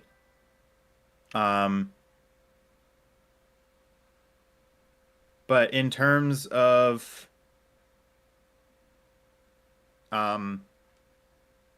when you want to actually fight, if your enemy is being dumb, then force the fight. Force the fight, catch an enemy out. Make sure you can win the fight 4v5, because now you've caught an enemy and they're dead, and so you have a 4v5, you can win. If you're winning, you always want to be reactive in a fight. Almost always. There's a couple weird scenarios where if you're steamrolling everything, then you can definitely win. I do think if you have the numbers advantage, like you can see somebody going to back cap, you want to take advantage of your number advantage. If you have the 5 versus 4 and somebody on the enemy team is back capping, then go pressure their team. Start tapping Greg. Force them to make a choice. Don't rip Greg, but just maybe tap it a couple times. Scare them a little bit. If you don't have the numbers, like if you just finished a team fight and you have an ally down, definitely play more reactive. Wait for your enemies to do something.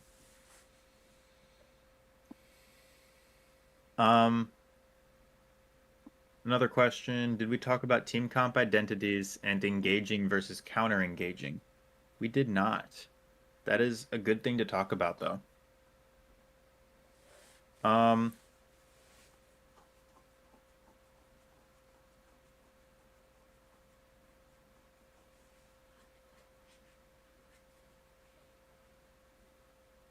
Comp identities, what are you specifically talking about there? Comp identities?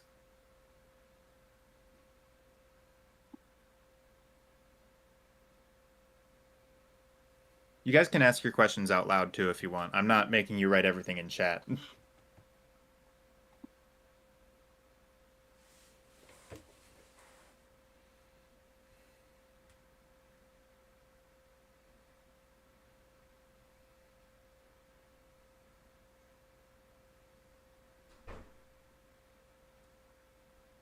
Which comps are good for engaging and which are better for counter engaging? I see. I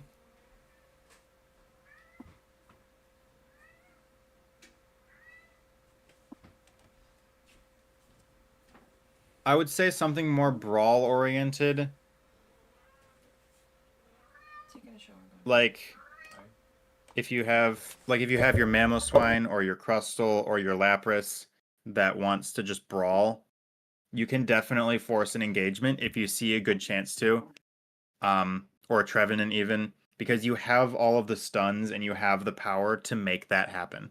You can force an engage, pick somebody out, or just stun the entire enemy team all at once. Whereas if you're playing something more defensive, like a Snorlax is actually really versatile in this way. You can play defensive or aggressive Snorlax. That's why I really like Snorlax as a defender. But if you're playing something like a Snorlax or... Let's see what else. I have to look now. Jeez. A Slowbro. You can play more passive, maybe go for a counter push, a counter engage. Using a tool like your Slow Beam. But yeah. It'll also depend on what your allies are running. Like if your allies have attackers, then you might want to just wait, see what happens, catch somebody in a mistake. But yeah.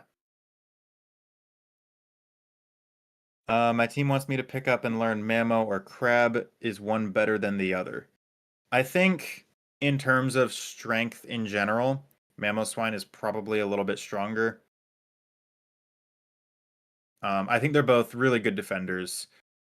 If it were me, I would be picking up Crustle for my team because I have a lot more experience with Crustle than I do with Mamoswine. But that's just me. If you want to pick up Mamoswine instead, you can, definitely. But the high level texts and specifications that you need to really pay attention to are much more difficult than they are with Crustle. So if you want to get to like a high level with it, Crustle is probably an easier one. But if you're going for strength alone, Mamoswine is your way to go. And then Tank Suicune, I don't know what's happening with Tank Suicune. I've seen support Suicune, like top lane support Suicune. I've seen that. But Tank Suicune, I have never seen.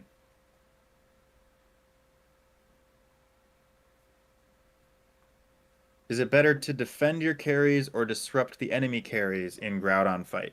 That depends on what's happening. If you're playing more passively and you're waiting for your enemies to do something, defend your team. If you're playing more aggressively and you're trying to force a fight, disrupt the enemy carries. And it's especially handy when you're trying to secure Groudon. When you're trying to secure an objective, whether it's Groudon or a Reggie, or even any piece of farm, really, you can disrupt an enemy that could potentially out-secure your team so that your team can secure the objective. And that's something that Sableye is really good at too. If you notice, if you look at some really good Sableye players, they'll be targeting the enemy Inteleon during Groudon fight to make sure they can't secure. They'll be messing with the enemy Blaziken to make sure they can't get into position with their overheat. They'll be trying to force out that eject button or something like that.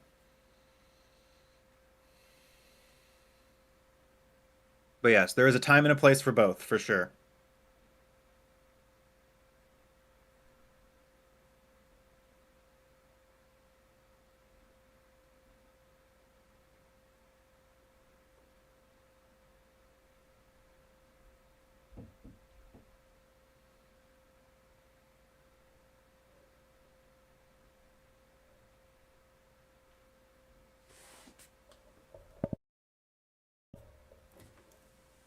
Not that we have a time limit, but just FYI, we're coming up on 2 hours. All right.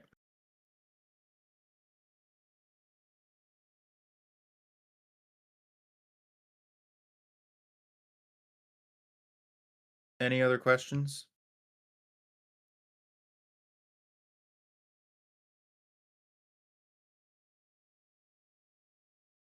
Anything from Twitch chat?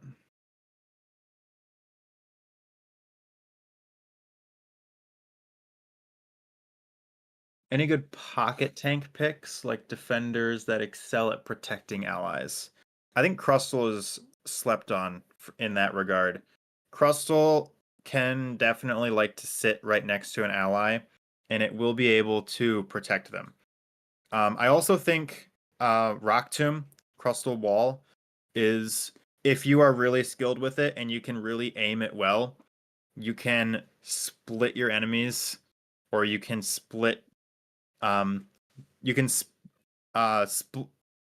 effectively peel enemies away from your team without using a move that can normally peel. Like if you're good at aiming it and you can just put it right between them, that is a good opportunity. Unless they're a speedster and can jump right over it, but that's besides the point.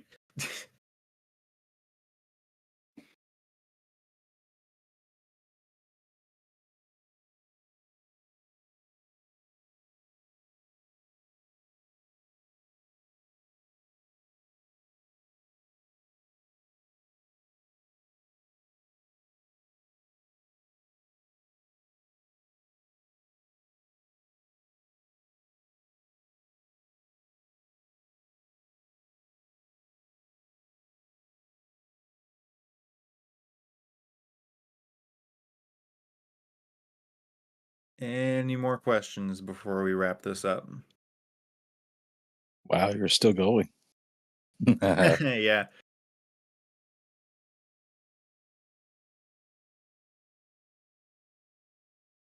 I got a question. Could you repeat all of that? Sure. Let me just give you 2 hours real quick.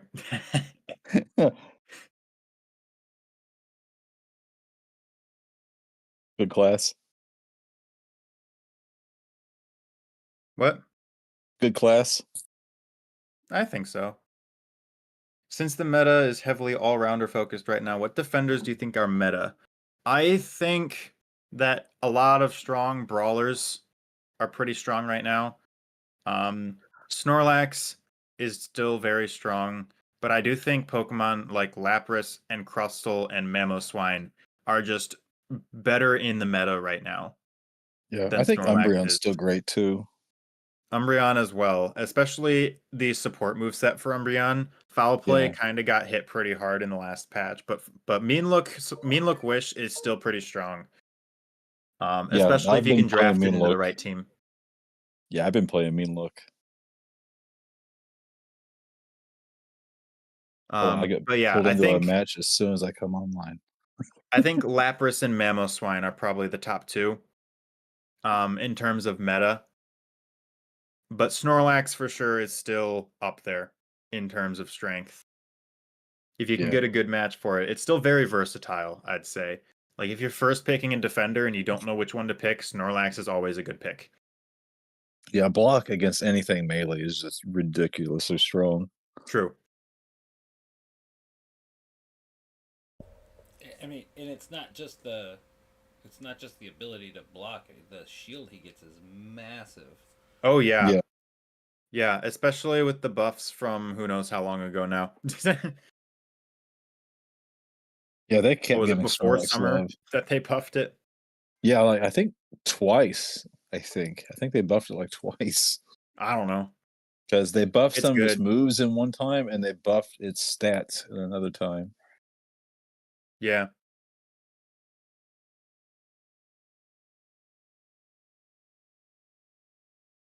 What defenders do you think are best at applying anti-heal to healing enemy Pokemon or to healing enemy teams? Clefable being the bane of your existence. I think Slowbro is really good at applying Curse Incense. Stealth Rock Crustle does have a place. X Scissor is usually stronger, but if you can find a place for it, Stealth Rock Crustle is good at applying Curse Bangle. Bullet Seed Greedent. If you really want to. I don't see why you would, but it technically is good at it. Curse Trevenant is pretty good at it. And Lapras, just in general. Water Pulse Lapras, probably, but in general as well. And then Ho-Oh. Ho-Oh is really good at applying Curse. I think out of all the defenders, Curse Trevenant and Ho-Oh are probably the best at applying Curse. But Lapras is up there for sure. Slowbro is up there. Crustle is up there.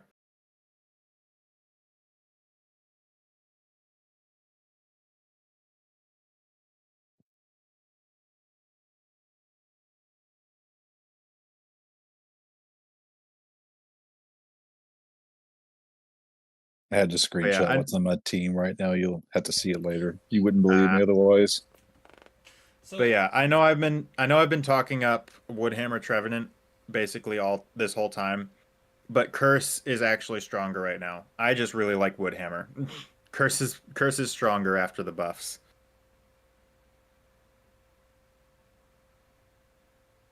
What were you gonna say, Mensa?